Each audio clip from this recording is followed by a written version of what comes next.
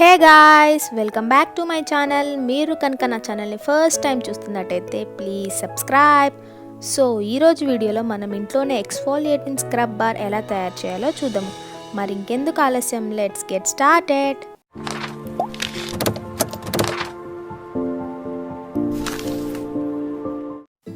ముందుగా మనం ఒక గ్లిజరిన్ సోప్ బేస్ని తీసుకోవాలి. నేను ఇక్కడ పిఎస్ సోప్ని బేస్గా తీసుకున్నాను. మీరు కావాలంటే డైరెక్ట్గా సోప్ బేస్ని తీసుకోవచ్చు.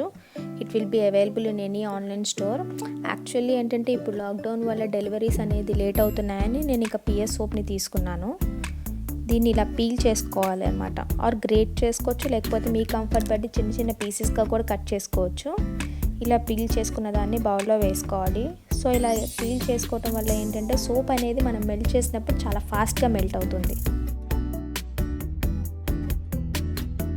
చూసారు కదా, ఈ విధంగా పీల్ చేసుకొని ఒక స్టీల్ బౌల్లో వేసుకుని ఉంచుకోవాలి. ఇప్పుడు మనము డబుల్ బాయిలర్ మెథడ్లో సోప్ని హీట్ చేసుకుంటాము. దీనికి ఇంకొక బౌల్ తీసుకుని అందులో వాటర్ పోసుకొని హీట్ చేసుకోవాలి.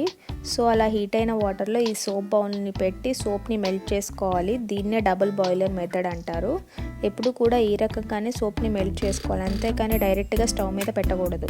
చూసారు కదా, సోప్ మెల్ట్ అవటం స్టార్ట్ అయింది. ఇది పూర్తిగా మెల్ట్ అయ్యేదాకా వెయిట్ చేయాలి.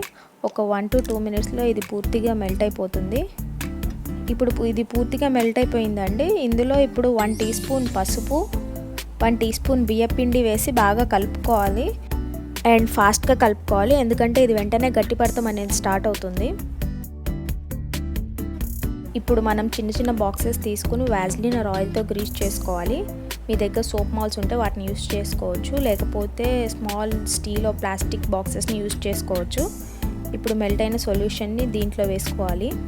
సో ఈ విధంగా బాక్స్లో వేసుకోవాలి. ఇప్పుడు దీన్ని 2-3 గంటలు బయట పెట్టుకోవచ్చు, లేకపోతే మీకు కావాలంటే ఫ్రిడ్జ్లో కూడా పెట్టుకుంటే ఇది గట్టిపడిపోతుంది.